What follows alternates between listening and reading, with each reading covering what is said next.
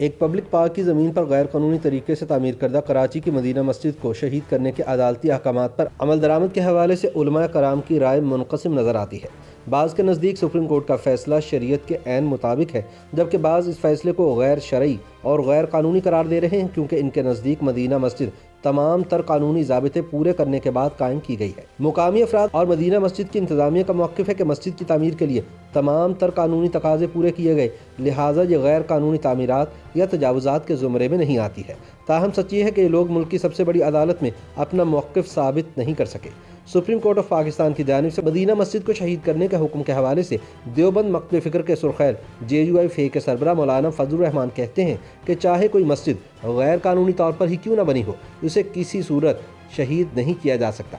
تاہم معروف عالم دین جاوید غامدی کا نقطہ نظر یہ ہے کہ قبضے کی جگہ پر مسجد سمیت کوئی بھی تعمیر جائز نہیں، البتہ اگر علاقہ مکینوں کی اکثریت اس کے حق میں ہو تو عدالت کو ضرور عوامی رائے کا احترام کرنا چاہیے۔ کراچی کے علاقے طارق روڈ پر واقع مدینہ مسجد کو شہید کرنے کے سپریم کورٹ کے فیصلے کے بعد مساجد کی شرعی حیثیت زیر بحث آ گئی ہے کہ غیر قانونی زمین یا رفاہی پلاٹ پر بنائی گئی مسجد کی شرعی حیثیت کیا ہے۔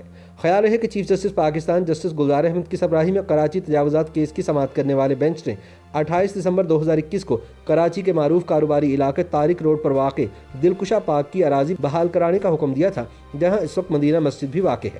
عدالتی فیصلے کے مطابق مدینہ مسجد کو جس 1100 گز زمین پر تعمیر کیا گیا ہے وہ مفاد عامہ کے حامل دلکشا پارک کی ہے، لیکن مدینہ مسجد کے معاملے میں اب تک انتظامیہ کی جانب سے نوٹس جاری کرنے کے علاوہ مسجد کو شہید کرنے کے لیے کوئی کارروائی نہیں کی گئی۔ سپریم کورٹ نے مدینہ مسجد کے کیس کی سماعت کے دوران مسجد کو شہید کرنے کے اپنے حکم پر نظر ثانی کی اٹارنی جنرل پاکستان خالد جاوید خان کی درخواست مسترد کر دی تھی۔ مذہبی اسکالرز اور علماء کرام کے مطابق قبضہ کی گئی زمین پر مسجد بنانا شرعی طور پر جائز نہیں، لیکن مدینہ مسجد کراچی کے حوالے سے علماء کا موقف ہے کہ چونکہ یہ زمین قبضہ کی گئی نہیں ہے، لہٰذا اس پر شریعت کے اس اصول کا اطلاق نہیں ہوتا۔ مدینہ مسجد کی انتظامیہ کا موقف ہے کہ دلکشا پارک کی زمین پر سن 1980 میں مسجد کی بنیاد رکھی گئی تھی، جو ٹرسٹ کے زیر انتظام ہے۔ یہ ٹرسٹ مسجد کی بنیاد رکھنے کے 2 برس بعد سن 1982 میں حکومت پاکستان سے رجسٹرڈ کرایا گیا تھا۔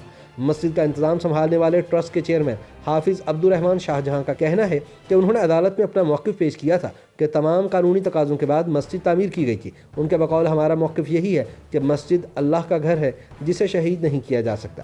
اسلامی نظریاتی کونسل کے رکن مفتی محمد زبیر کہتے ہیں کہ شریعت کا یہ اصول طے شدہ ہے کہ قبضے کی زمین پر مسجد تعمیر نہیں کی جا سکتی، لیکن مدینہ مسجد کی تعمیر کی قانونی دستاویزات موجود ہیں۔ متعلقہ اداروں نے نو آبجیکشن سرٹیفکیٹ جاری کیا اور نقشہ منظور کیا جس کے چالان بینکوں میں جمع کرائے گئے، اس لیے مدینہ مسجد پر قبضے کی زمین پر تعمیر کا اصول نافذ نہیں ہوتا۔ مفتی زبیر کے بقول ایسی مسجد جس کی تعمیر کے لیے تمام قانونی تقاضے پورے کیے گئے ہوں وہ شرعی مسجد کے زمرے میں آتی ہے، اور اسے شہید کرنے کا حکم جاری کرنا خلاف آئین و شریعت ہے۔ دوسری جانب مذہبی اسکالر جاوید احمد غامدی کہتے ہیں کہ زمین کسی فرد کی ہو یا حکومت کی، اسے خلاف قانون استعمال میں نہیں لایا جا سکتا۔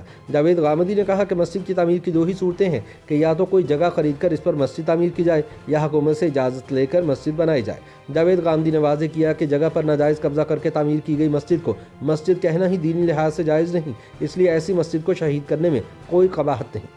کراچی یونیورسٹی کے شعبہ علوم اسلامی کے پروفیسر ڈاکٹر عمیر محمود صدیقی کہتے ہیں کہ آئین پاکستان کے مطابق ریاست کا کام عوام کو سہولت فراہم کرنا ہے۔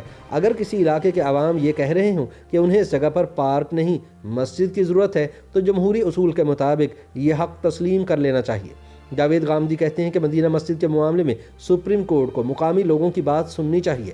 سپریم کورٹ ملک کی آخری عدالت ہے، اگر وہ انتظامی امور میں براہ راست احکامات دے گی تو لوگ داد رسی کے لیے کہاں جائیں گے؟ ان کا کہنا ہے کہ مدینہ مسجد سے متعلق سپریم کورٹ کے احکامات میں طریقہ کار پر تحفظات کا اظہار کیا جا سکتا ہے، لیکن دینی اعتبار سے اصول وہی رہے گا کہ زمین پر ناجائز قبضہ کر کے مسجد تعمیر نہیں کی جا سکتی۔ عدالت عظمیٰ مدینہ مسجد کے کیس کی مزید سماعت 13 جنوری 2022 کو کرے گی۔ گزشتہ سماعت پر سپریم کورٹ نے کہا تھا کہ وہ مسجد شہید کرنے کا حکم تو واپس نہیں لے گی، البتہ وہ اتنی مہلت دے سکتی ہے کہ سندھ حکومت کی جانب سے مسجد کو متبادل جگہ فراہم کرنے تک مدینہ مسجد کو شہید نہ کیا جائے۔ YouTube پر گوگلی نیوز دیکھنے کے لیے youtube.com کی سرچ بار میں گوگلی نیوز TV ٹائپ کریں۔ گوگلی نیوز کے پیج پر سرخ رنگ کے سبسکرپشن والے بٹن پر کلک کرنا نہ بھولیے۔ YouTube پیج پر اپلوڈ ہونے والی ویڈیوز سے باخبر رہنے کے لیے بیل آئیکن پر کلک کیجیے۔ آپ کو ہر نئی ویڈیو کے بارے میں نوٹیفیکیشن موصول ہو جائے گا۔